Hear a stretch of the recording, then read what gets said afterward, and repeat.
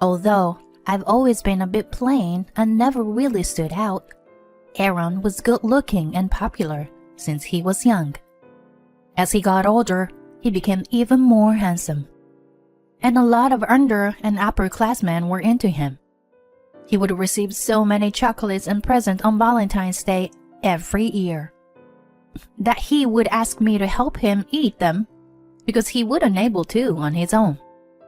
I was lucky enough to be by his side. So many people envied me. Aaron and I started dating in high school, which made the number of people who had hated me grow even more. They don't match. She's not cute. There's no way. The other female students would all say things like that. But thanks to that, I became really strong mentally. Even though I was plain looking, being by his side, I began to take care of myself more. When I entered university, no one bullied me anymore. Aaron and I married after we graduated from university. We got along with each other's parents, so the wedding ceremony passed by smoothly. We started living together, but since we both worked full-time jobs, we were both busy and didn't have all that much time together. Because of this, we came up with the rule that if we had time, we would always eat dinner together. We would make as much time for each other as possible and did what we could to protect our relationship. But what I didn't know was that there was a woman who had been bothering my husband since university. 3 years after graduating from university, we were living a peaceful married life until that woman began stirring up drama. It began when Aaron brought some handmade sweets that someone had given him at work. "I'm home. Someone gave me sweets again. Let's eat them together." "Recently, you've been getting sweets 3 times a week?" That day's sweets were heart-shaped cookies. It was obvious that someone was trying to express their feelings for Aaron. Someone liked him. When I spoke to Aaron about it, I found out that all the sweets he'd received recently had been from the same person. Even if he tried to refuse, she would force him to take them. So recently, Aaron gave up on trying to turn them down. My husband always wore his wedding ring, and I made him lunch to take to work every day, so that women knew very well that he was married. I opened up Aaron's lunchbox so I could wash out the tapware inside, and at the very bottom, I noticed there was a tiny note. I thought that maybe a note from Aaron's desk had accidentally fallen into his lunchbox. But when I opened the note, I saw it didn't have anything to do with his job. "Let's get married," was written across that tiny white piece of paper. I was about to show my husband the note, but I thought it might make things awkward for him at work. So I changed my mind. I was proud to be the wife of someone so popular. But to think this would continue even when we reached this age. From that day on, I regularly looked at the notes that woman slipped into his lunchbox. And every time I would let out a big sigh. He must also be tired of her. He began taking naps before dinner. He's been pressured by women like this before.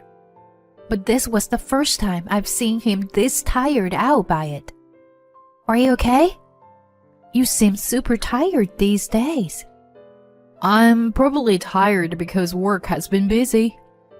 I'll go sleep a bit earlier tonight." After saying that, Aaron took a shower and went to sleep.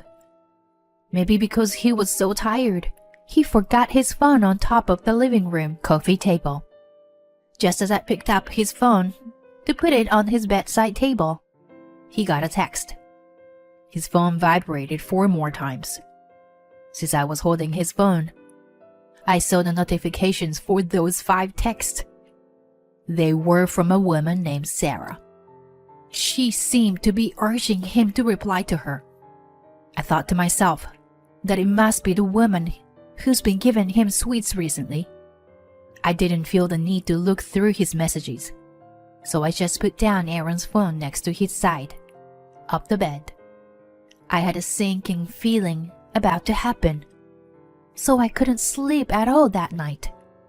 A few days later, Aaron texted me to eat dinner without him because he was going out drinking with colleagues. I was a bit worried because of that woman. I told him to call me if anything happens, and he told me it'll be okay. He probably didn't want me to worry. He knew that many people have been jealous of me since we were in high school, so he probably didn't want me to go through that same sort of trouble now that we are adults. He's probably doing his best to calm the situation on his own. But women are tricky. He might not even realize what she's doing. I knew he could be too kind for his own good, so I wished he could ask me for help as his wife. That day, I ate out and bought myself a dessert on the way home. Around the time I thought Aaron would be back home, the doorbell rang. Excuse me, this is Mr. Smith's house, right? Through security camera, I saw a young woman and man. They were carrying my husband between them. I quickly opened the door. The young man carried Aaron up to our bed, and I was left alone with the woman, who smiled at me. I'm sorry about this.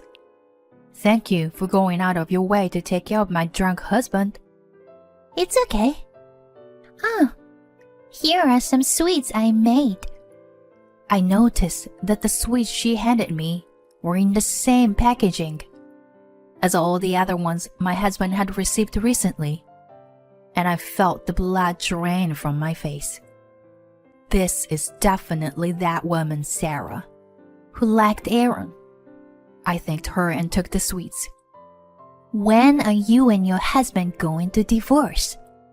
She whispered into my ear. She gave me a carefree smile, but Aaron's wife, I was furious. She looked me up and down and made a face as if to say she thought she was better looking than me. I glared at her. Aaron's colleague came back from leaving him on his bed, and the two of them left. I decided I would tell Aaron he should change jobs when he wakes up. With my salary and savings, we could get by, even if he doesn't work for a while. I felt like our relationship was at risk if he stayed near that woman any longer. A few hours later, Aaron woke up, and I served him a cup of soup I had made. He seemed confused how he had made it home, so I explained everything. Aaron made a guilty-looking face, and his face turned blue. Sue, did she do anything to you? She didn't, but I told him what Sarah had said to me. I also relieved that I had seen the messages she sent him a few days back. Aaron let out a sigh and put his head in his hands. Seeing him like this, I understood that he hadn't told me because he didn't want me to worry. I didn't want him to be troubled with this anymore. So I spoke to him about changing his job. He didn't want to bother me while he was looking for a new job, but eventually he agreed. The next day, Aaron spoke to his bosses and quit. When Sarah realized Aaron wasn't at work, she assumed he was sick and began forcing her way into her home to take care of him. I would try to push her to leave, but she would then burst into tears. It was tough to deal with. If you keep this up, I will call the police. I was just worried about him. Sarah began coming over nearly every day. It was getting scary. I would have to pull all my effort into pushing her out of the house. Aaron was getting tired of her too. At this point, she was basically a stalker. Things escalated day by day.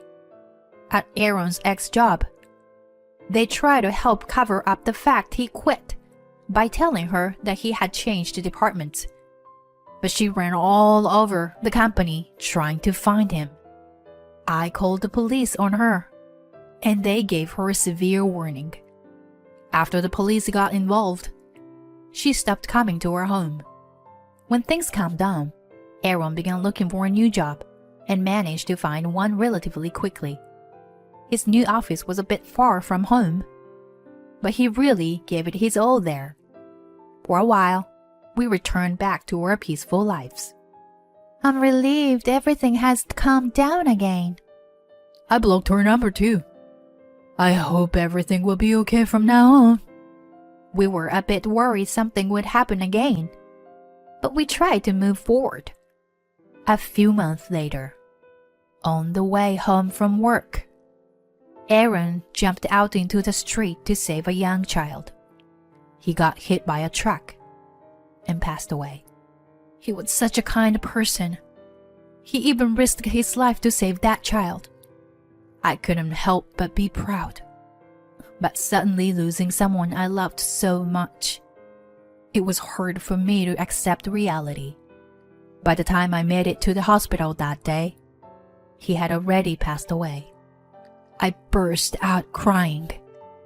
Even now, when I'm at home alone, I feel like he will walk in with a big smile on his face any minute. I organized the funeral and invites his family and close friends. Of course, I didn't invite anyone from his old job. Seeing his face peacefully sleeping, I felt like crying.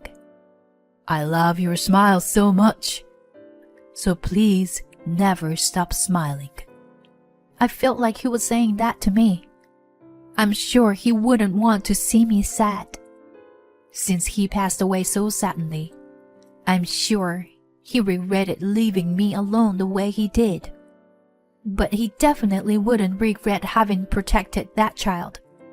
He saved a life. I'm sure that he would tell me to smile.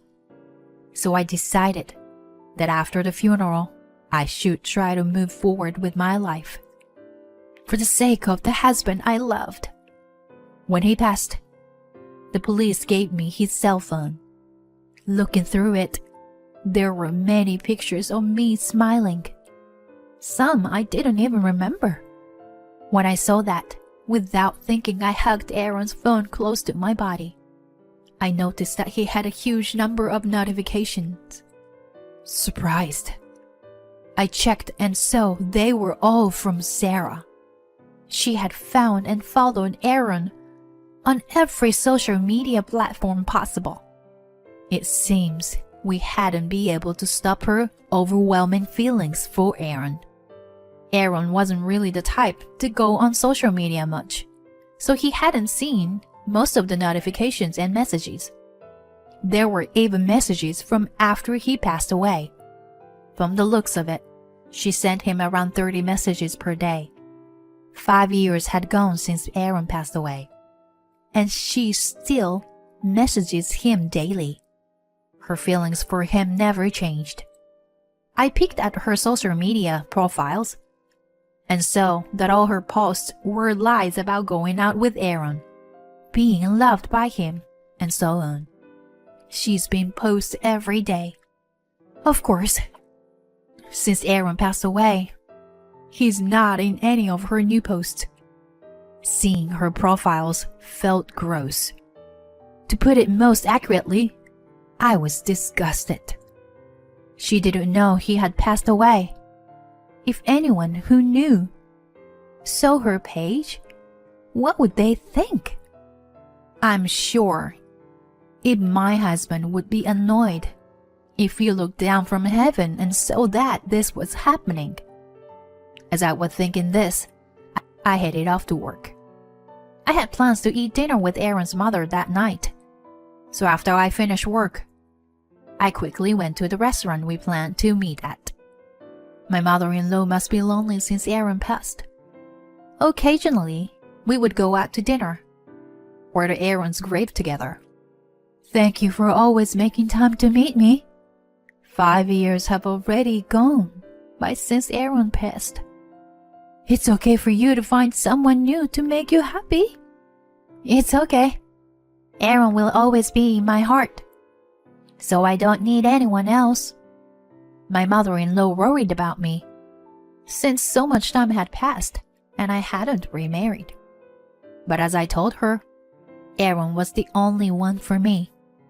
I had no plans on meeting someone new. I was happy how I was. Can I come over to look through your old pictures of Aaron tonight? I nodded. After we finished dinner, we headed home together. When we made it to my house, we saw that a woman and a couple, seemed to be her parents, were standing outside of my door. I wondered if something must have happened at home. But looking closer, I realized the woman was Sarah. What are you doing in front of my house? The three of them turned and looked at me angrily. My mother-in-law probably had no idea what was going on. She didn't know who those people could be. I opened the door and let my mother-in-law into the house. And then I turned to Sarah and her parents and asked them why they were here again. Her mother was the first person to speak. Your husband impregnated my daughter. How can you talk to us with that attitude? What are you talking about? Sarah's father began ranting angrily. But no matter what they say, my mother-in-law and I couldn't understand what was going on. Sarah's father continued to yell, as Sarah clung onto him and cried, Your husband got me pregnant. Divorce him and give me this house. I don't understand what you're saying. I can't divorce him either. The three of them screamed at me. They told me to stop messing around and to bring my husband to them. Hearing them say all this nonsense, my mother-in-law was outraged. What are you saying? Aaron, who was Sue's husband and my son, passed away 5 years ago. Sarah and her parents went silent. Sarah then began repeating that we should stop lying. When I explained to them what happened 5 years ago, and that the woman with me was Aaron's mother, they were pale. Their shocked faces were incredible to see. I have to give her credit. Sarah was completely delusional. What? You must be lying. Sarah slumped into the ground and began to cry. Knowing the truth, she was overwhelmed with sadness, and by the fact that her lies wouldn't work anymore. Her father began yelling at her for lying. Her mother also hadn't known the truth, and her face suddenly went bright red out of embarrassment. The whole time my mother-in-law continued to scream at them. Now that you understand, please leave. My mother-in-law entered the house and we shut the door. We could clearly hear them yelling from the other side of the door, but I didn't care about them anymore. I explained everything about Sarah to my mother-in-law. She hugged me tightly while crying, saying she wished she had known earlier so that she could have done something to help. Her kindness almost made me cry. I hugged her and stroked her back. It's okay. I'm Aaron's wife after all. After we both calmed down a bit, my mother-in-law headed home. I offered to drop her off, but she said she'd be all right on her own. I looked at a photo of Aaron on the wall and let out a big sigh. We've been through a lot of trouble because of Sarah, but I'm sure this was the last of it. Her parents must have been incredibly angry with her. I'm considering reporting her to the police, but I decided against it in the end. I checked on her social media accounts, and so she had deleted everything. To my relief, she also stopped sending Aaron messages. I put my hand on the photo of Aaron and closed my eyes. She finally understood. The next day, Sarah's parents came with some sweets and apologies. They said they wanted to apologize to Aaron as well, and they stepped inside. They stopped in front of a photo of him and apologized out loud. I glared at them and said, I wanted them to promise me something. I told them to promise me they would never let their daughter come near me again, and that if she ever does, I will call the police. I told them what Sarah had done until now, and they promised me they wouldn't let her bother me again. This should be the end of it.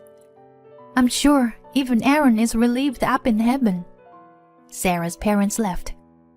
It's incredible how dedicated Sarah's love was, but I want her to understand how much trouble she caused us. I hope she can also be happy one day. A few more years passed since then, and I still haven't considered getting remarried. I'm sure I never will. Aaron will always be the one in my heart.